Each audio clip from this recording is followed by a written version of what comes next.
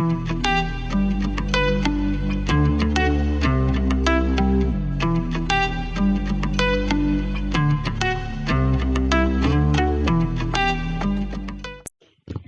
cordial saludo, yo soy Juan Sebastián Pareja, residente en tercer año de Anestesiología de la Universidad de Caldas. Hoy con ustedes quiero compartir el tema del manejo perioperatorio del paciente con miastenia gravis. Para esto vamos a desarrollar unos objetivos, los cuales se fundamentan en definir precisamente qué es la miastenia gravis, hablar sobre la fisiopatología, la epidemiología respectiva a la enfermedad, y ahora irnos a las consideraciones anestésicas desde el preoperatorio, el intraoperatorio y el posoperatorio. Y finalmente vamos a dar unos mensajes para llevar, donde toda la charla va a estar desarrollada a través o a partir de un caso clínico. Para empezar, definimos la miastenia gravis como una enfermedad autoinmune, en donde hay una generación de autoanticuerpos dirigidos básicamente hacia receptores de acetilcolina de la placa neuromuscular, la membrana posináptica de la placa neuromuscular. No obstante, también es la ocurrencia de anticuerpos contra moléculas funcionalmente similares en la membrana posináptica de la placa neuromuscular, donde existe clínicamente una debilidad muscular que es la característica grande precisamente de esta patología, donde puede ser una debilidad generalizada, puede ser una debilidad localizada y donde la mayor parte de las veces existe un compromiso, ya sea de los músculos oculares, extraoculares, o que existe compromiso pues de la musculatura proximal. La epidemiología mundial es variable, nos habla aproximadamente que existe en el mundo para el año 2021 una incidencia entre 0.15 a 61.5 personas por cada millón de personas cada año en el mundo, donde los pacientes con miastenia gravis seropositivas, es decir, que tienen anticuerpos contra el receptor de acetilcolina, representan 4 a 18 millones de pacientes al año. La relación es hombre-mujeres de 3 a 1, donde las mujeres presentan picos de incidencia en edades más tempranas, entre los 20 y los 40 años, en tanto los hombres aumenta su incidencia luego de los 60 años particularmente, y donde la mortalidad también es variable, en general una mortalidad entre el 5 y el 9%, no obstante las crisis pueden alcanzar mortalidades tan altas como el 4.7%. En Colombia, los estudios que se han realizado nos han hablado de una incidencia, o más bien de una prevalencia para el año 2017 de 11 a 12 pacientes con miastenia gravis por cada 100.000 habitantes, donde la relación hombre-mujer también es coherente con lo que se ve a nivel mundial, donde los hombres tienen un riesgo relativo o un OR menor que las mujeres para presentar miastenia gravis. No obstante, en Colombia la mayor incidencia es en pacientes mayores de 70 años. Y es importante también, como se observa en el mapa de la derecha, que existen departamentos con mayor cantidad de pacientes con miastenia gravis con otros. La particularidad de Caldas que presenta un color rojo oscuro que representa aproximadamente 1.000 pacientes diagnosticados con miastenia gravis para el año 2017. Ahora bien, ¿cuál es la fisiopatología de esta enfermedad? De forma grande tenemos que recordar cuál es el funcionamiento de la placa neuromuscular, recordar que existe una generación de una relación entre axones y la placa neuromuscular, donde va a haber una membrana presináptica, una hendidura y una membrana postsináptica, donde va a haber una relación a través de neurotransmisores, en este caso de acetilcolina, que va a ser el neurotransmisor que va a activar precisamente los receptores de acetilcolina, donde estos receptores de acetilcolina que tienen dos subunidades alfa, una delta y una epsilon en los adultos, va a tener unas subunidades alfas funcionales que son las que permiten que haya una apertura luego de la unión con la acetilcolina, y este va a permitir pues la entrada de sodio y la despolarización precisamente de la placa neuromuscular. Y precisamente no solamente el receptor de acetilcolina está involucrado en el desarrollo de miastenia grave, sino también otros elementos como el receptor LDR4 y también el receptor MUSC, que nos habla de la tirosina quinosa específica de músculos, de manera que en el 80 al 90% de los pacientes con miastenia gravis existen unos autoanticuerpos asociados pues al receptor de acetilcolina, donde están generados usualmente por inmunoglobulinas tipo 1 y tipo 3, las cuales van a generar al unirse con el receptor que haya una internalización de los receptores y una pérdida del volumen de receptores en las crestas de la placa neuromuscular, donde va a haber una disminución aproximadamente del 30%. Además, también esa inmunoglobulina hace que se active el complemento y va a hacer que destruya los receptores pues, de acetilcolina. En tanto que los pacientes que tienen diagnóstico de miastenia gravis seronegativas, es decir, que no tienen anticuerpos contra receptores de acetilcolina, usualmente son pacientes con anticuerpos contra la tirosina quinasa específica de músculo, contra el receptor LDR4, la rianodina y la grina, que son moléculas asociadas a la despolarización y al agrupamiento de los receptores de acetilcolina a nivel de la placa neuromuscular. Y eso representan solamente entre el 15 y el 20% de los pacientes con miastenia gravis. Ahora bien, el diagnóstico se hace pues a partir de un enfoque clínico y un enfoque paraclínico. Los pacientes clínicamente van a tener afección vulvar, donde la afección vulvar sea representada por presencia de disfagia, por presencia de disartria, por presencia de voz nasal en muchos casos, también por compromiso y por tosis palpebral, por diplopía y por oftalmoplegia. Esto nos habla de que hay un compromiso importante. En el 50% de los pacientes pueden presentar compromiso a nivel vulvar. También puede haber compromiso respiratorio por compromiso precisamente la placa neuromuscular de los músculos respiratorios accesorios, que va a generar que el paciente tenga disnea, tenga dificultad respiratoria precisamente, o pueda evolucionar a falla respiratoria. Y finalmente también va a comprometer las extremidades y la cabeza, los músculos del cuello. Entonces los pacientes pueden tener la cabeza caída para un lado y también pueden tener debilidad muscular, especialmente de forma proximal que distal. Es también muy característico de esta patología que los pacientes se sienten en una mejor condición en las horas de la mañana, y luego de la actividad durante el día o el ejercicio repetido van a presentar fatiga, que es diferente a cansancio. Es una de las características importantes para definir en los pacientes con miastenia gravis. Ahora bien, el diagnóstico precisamente se hace a partir, uno, de la condición clínica del paciente, y dos, evaluando también la presencia de autoanticuerpos contra el receptor de acetilcolina. En caso de que sea seronegativo, se buscarán otros anticuerpos como el de la tirosina quinasa específica de músculo, y si no, también se considerará realización de electromiografía, que nos va a permitir también definir que hay un compromiso de la placa neuromuscular. Y luego, precisamente, de hacer un diagnóstico de miastenia gravis, existe una clasificación que nos va a hablar del grado de compromiso de los músculos proximales, dado el compromiso de la musculatura ocular, de la musculatura axial y de la musculatura orofaringe respiratoria, de leve, moderado, severo. Y en el último grado, que es el grado 5, serían los pacientes que tienen necesidad de intubación orotraqueal, dado pues el compromiso generalizado y tanto de la musculatura vulvar como de la musculatura respiratoria. Ahora bien,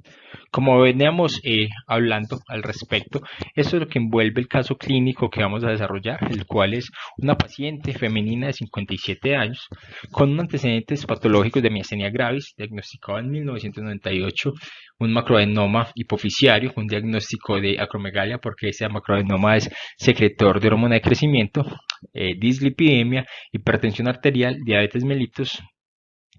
y que tiene el siguiente manejo: ezetimibe, deglude con liraglutide, lantriotide para el manejo de la acromegalia, azathioprina, empaglifosina, valsartán, pirostigmina a dosis de 240 miligramos día, hidroclorotiazida, amlodipino, fluoxetina y vitamina E. Además, tiene antecedentes quirúrgicos como amigdalectomía, timectomía, realizadas en el año 1999, y septoplasia, además de que es alérgica a las sulfas, a la aspirina, y consulta precisamente porque viene presentando dolor abdominal recurrente en el hipocondrio derecho. Es evaluada por el grupo de cirugía y ellos identifican que tiene una colelitasis sintomática, donde prefieren y determinan que es necesario llevarla a una colecistectomía laparoscópica. Entonces, al examen físico, esta paciente tiene 70 kilos de peso, mide unos 70 para un índice de masa corporal de 24.2,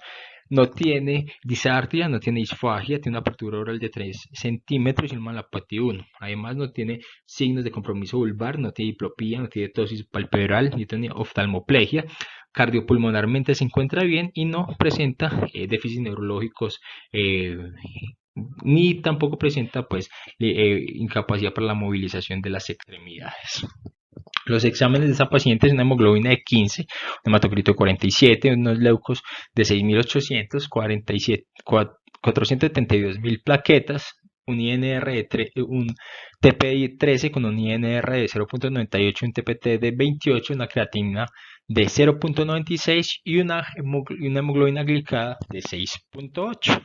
Entonces, las preguntas para desarrollar el caso clínico son: ¿qué consideraciones preanestésicas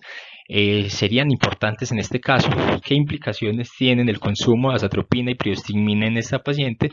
¿Se debe posponer la cirugía considerando el estado actual de la paciente? ¿Y qué exámenes paraclínicos consideras deben complementar la evaluación? Además, también sería importante determinar cuál sería la técnica anestésica de su elección en esta paciente,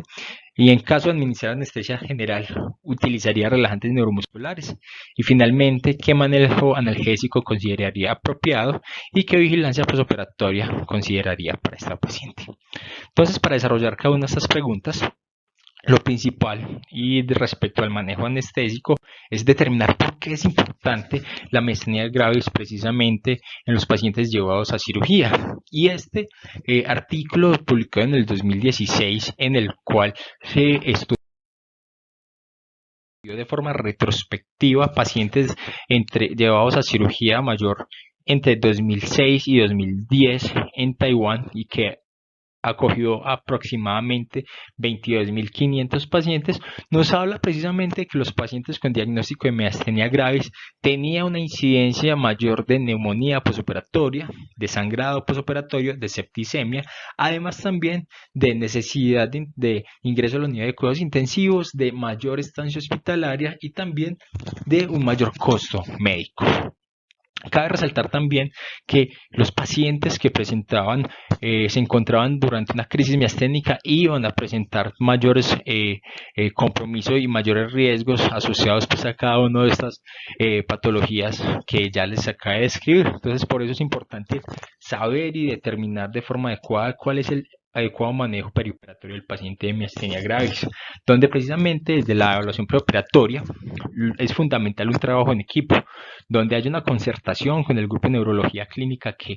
va manejando la paciente, donde se busca como segundo objetivo llevar a la paciente a disminuir el riesgo de crisis miasténicas. Es importantísimo recordar que las crisis miasténicas pueden desarrollarse por el estrés físico, por el estrés psicológico, por infecciones, por dolor, de manera que cada uno de estos elementos tienen que estar en mente para evitarlos y precisamente mejorar el pronóstico de la paciente.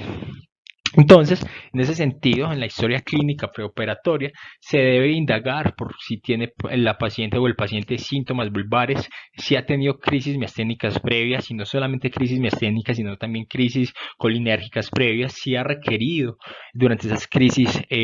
intubación orotraqueal, si hay compromiso respiratorio en el momento de la cirugía, si qué manejo médico está utilizando el paciente o la paciente, y finalmente qué enfermedades concomitantes posee la paciente, dado que no solamente estos pacientes presentan miastenia grave, sino que también pueden presentar hipertensión, diabetes, enfermedad renal, enfermedad tiroidea, otras patologías autoinmunes como artritis reumatoide. Entonces es fundamental tener una visión global y general del estado actual de estos pacientes. donde en la evaluación preoperatoria, como uno de los objetivos es precisamente disminuir el riesgo de crisis miasténicas posoperatorias, entonces es establecer si existen unos factores pronósticos característicos de que estos pacientes van a presentar esas crisis. Si bien no existen scores o puntajes que sean estrictos y que sean claros para decirnos, hey, este paciente va a tener crisis miasténica posoperatoria, existe en cambio unas señales que nos pueden hablar de que puede ser un paciente que está mayormente comprometido. Entonces, pacientes con una capacidad vital por debajo de 3 litros, con una duración de miastenia gravis por encima de 6 años, con uso de pirostigmina a dosis elevadas que superan los 750 miligramos al día, que tiene neumopatía crónica, que tiene síntomas vulvares, que tiene también crisis de miasténicas previas, que tiene sangrados intraoperatorios mayores de 1000, un conteo preoperatorio de anticuerpos antirreceptor de acetilcolina mayores a 100 nanomoles por mililitro, nos van a hablar de que este paciente tiene un alto riesgo de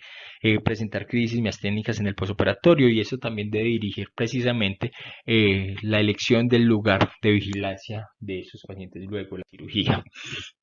Además, como es claro y como acabo de mencionar, se debe tener claro cuál es el tratamiento médico que está presentando el paciente. Recordad que se puede dividir en 3 formas el tratamiento médico del paciente. Un tratamiento que es sintomático, que es básicamente a través de inhibidores de colinesterasa. 1, 2 es la inmunomodulación crónica, que puede estar dada a través del uso de corticosteroides, a través del uso de azatropina, de ciclofosfamida, de ciclosporina, de metotrexate, y también inmunomodulación aguda en el caso de los pacientes que están con crisis miasténicas graves y que es necesario administrarse inmunoglobulinas o se necesita realizar plasmaféresis. Cabe recordar, y es muy importante, que en el caso de la inmunomodulación crónica, el uso de azatriopina particularmente tiene efectos sobre los relajantes neuromusculares, y es que puede potenciar el efecto eh, de la succinilcolina, de los relajantes neuromusculares despolarizantes, y puede aún generar resistencia con el uso de bloqueadores neuromusculares no despolarizantes. Además, también es claro que muchos pacientes no necesariamente están utilizando corticosteroides de forma crónica, como es el caso de la paciente del caso clínico. Entonces se debe tener en cuenta que el uso de bolos de esteroides puede también asociarse al desarrollo de crisis miasténicas. Por ello, es importante tenerse en mente, y también tener en mente que si el paciente presenta un consumo crónico de esteroides definido como más de 3 semanas de prednisolona 5 miligramos o su equivalente día en un periodo menor de 6 meses, esta paciente puede tener un alto riesgo de supresión suprarrenal, de manera que es importante en este caso suplementar con esteroides diferente por el paciente que no viene con un uso crónico de esto. Y entonces nos también sugiere una pregunta, y es si se debe o no suspender la priostigmina el día de la cirugía. Y al respecto se ha hablado mucho, sin embargo se ha demostrado que, pues eso sí, a partir de estudios pequeños, que los pacientes en los que no se les administra la priostigmina el día de la cirugía, sino que se les administra solamente hasta el día previo, estos pacientes suelen tener mayor riesgo de presentar síntomas respiratorios como dificultad o disnea previa a la cirugía, sin que esto signifique que van a tener una dificultad para la reversión del bloqueo neuromuscular en caso de ser necesario, y tampoco va a ser completamente significativo en términos de minutos la demora de la inducción anestésica con el uso de bloqueadores neuromusculares, donde pues si bien en los grupos que no se les administró pirostigmina tenían un inicio de 155 segundos versus a los que sí se les administró el mismo día de la cirugía de aproximadamente 178 segundos. Pero lo importante acá es que los pacientes presentan mayor síntomas respiratorios de disnea, dificultad respiratoria previa a la cirugía en el grupo en los que no se les administró la pirostigmina el día de la cirugía. Entonces, hasta ahí hablamos del manejo preoperatorio. Ahora, frente a los conceptos relacionados con el manejo intraoperatorio, los fundamentos es básicamente considerar siempre el uso de agentes de corta acción, preferir en la medida de lo posible la anestesia locorregional para los procedimientos que son disales o los procedimientos en las extremidades, y evitar siempre en la medida de lo posible el uso de los relajantes neuromusculares. Donde cuando hablamos de la anestesia locorregional como una medida siempre como para tomar como primera medida para el manejo de estos pacientes, se debe considerar de que hay un riesgo teórico de que el uso de anestésicos locales tipo aminoésteres va a prolongar, va a tener un riesgo de que su efecto sea prolongado debido a que su metabolismo es precisamente a través de colinesterasas plasmáticas. Por eso se debe utilizar los anestésicos tipo aminamidas como lidocaína, bupivacaína, ropivacaína. Y es importante también que en caso de que el procedimiento sea en las extremidades superiores, se debe evitar el uso de bloqueo intraescalénico y supraclavicular, dado el riesgo elevado de compromiso del nervio frénico y de que estos pacientes precisamente tienen un compromiso respiratorio, entonces puede deteriorar la función respiratoria del paciente. Y también se debe considerar de que el uso de anestesia neuroaxial debe tener cuidados con los niveles alcanzados a través de esta técnica, porque también puede comprometer de forma más fácil el patrón respiratorio, la funcionalidad respiratoria de estos pacientes. Frente al uso de anestésicos de anestesia general, siempre existe la idea de una técnica anestésica balanceada con agentes inhalados o con anestesia total intravenosa, donde diferente literatura nos ha demostrado que el uso de sevoflurane está relacionado con un efecto de relajación neuromuscular, no solamente en el paciente con miastenia gravis, sino también en el paciente que no tiene miastenia gravis. Y en particular, los pacientes con miastenia gravis va a haber un aumento de la relajación neuromuscular, un bloqueo neuromuscular más profundo, dependiendo de la dosis de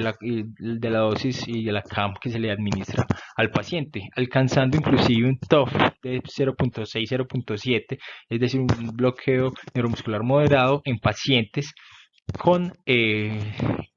sevofluranes expirados de 3.4%, que es aproximadamente 2K. Por eso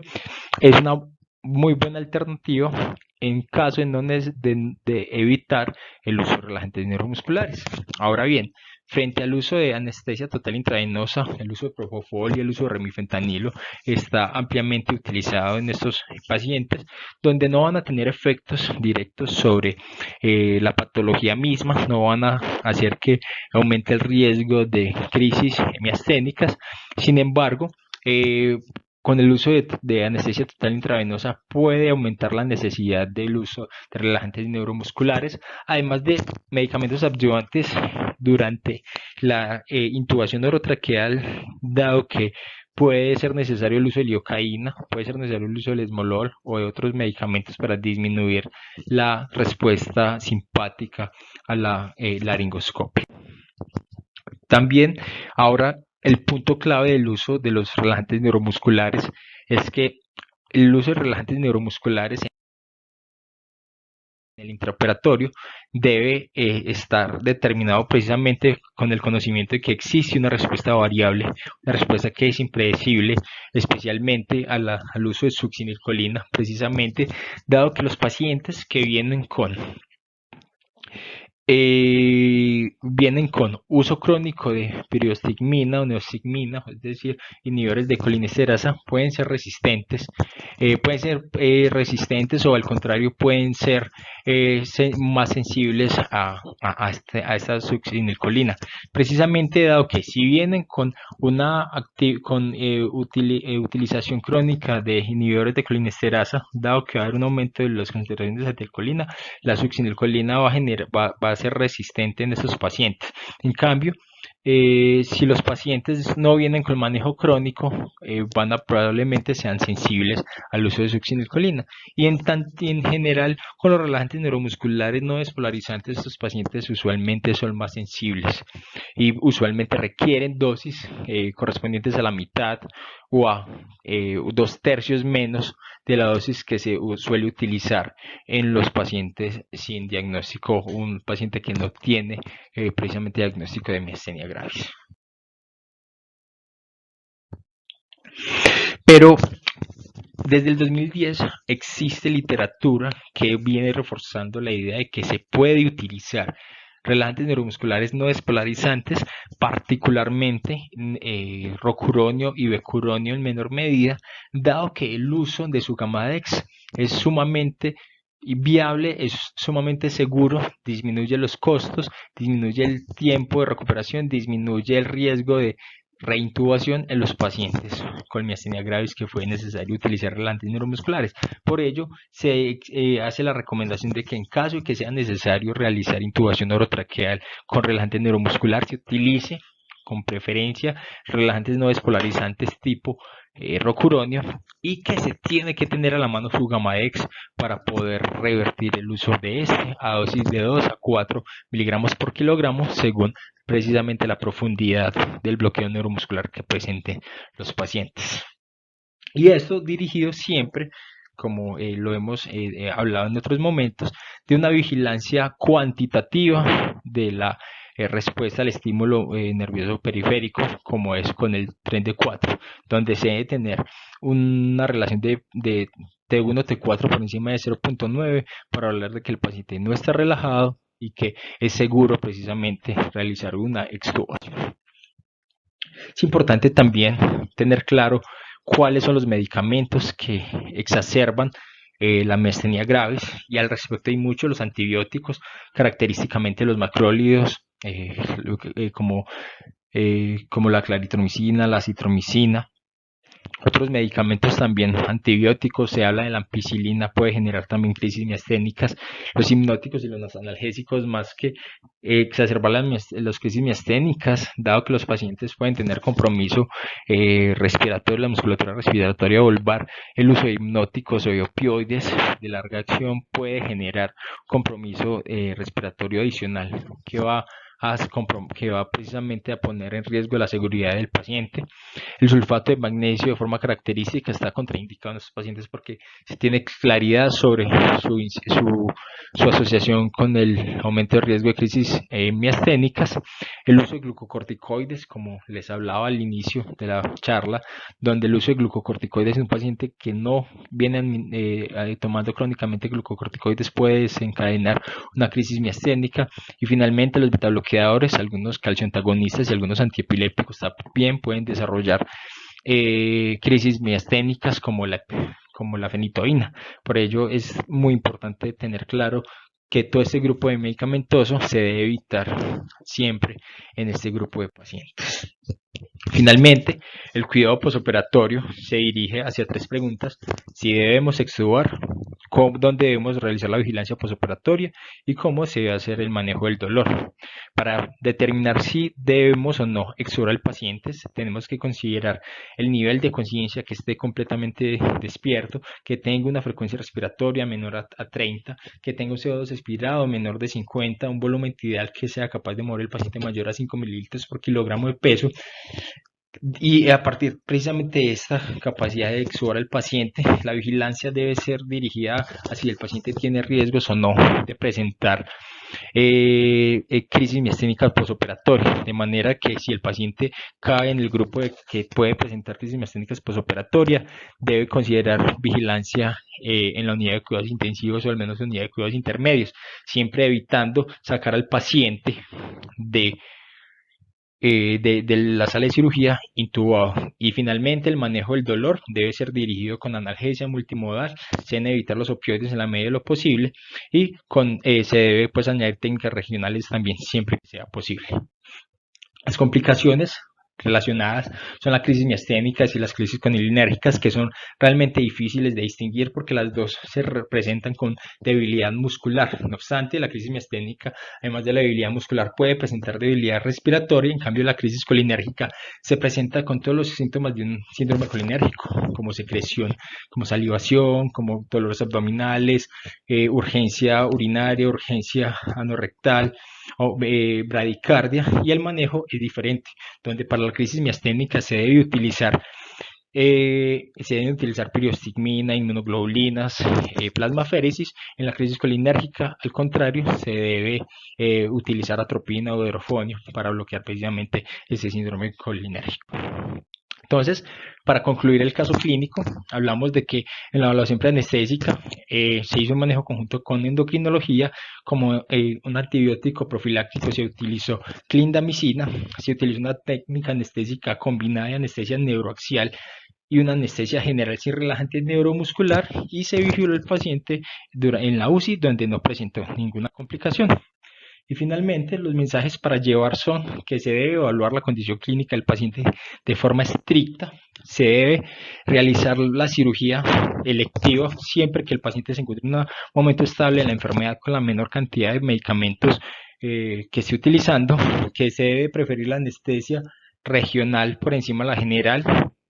Se debe evitar el uso de relajantes neuromusculares cuando se vaya a pensar en anestesia general.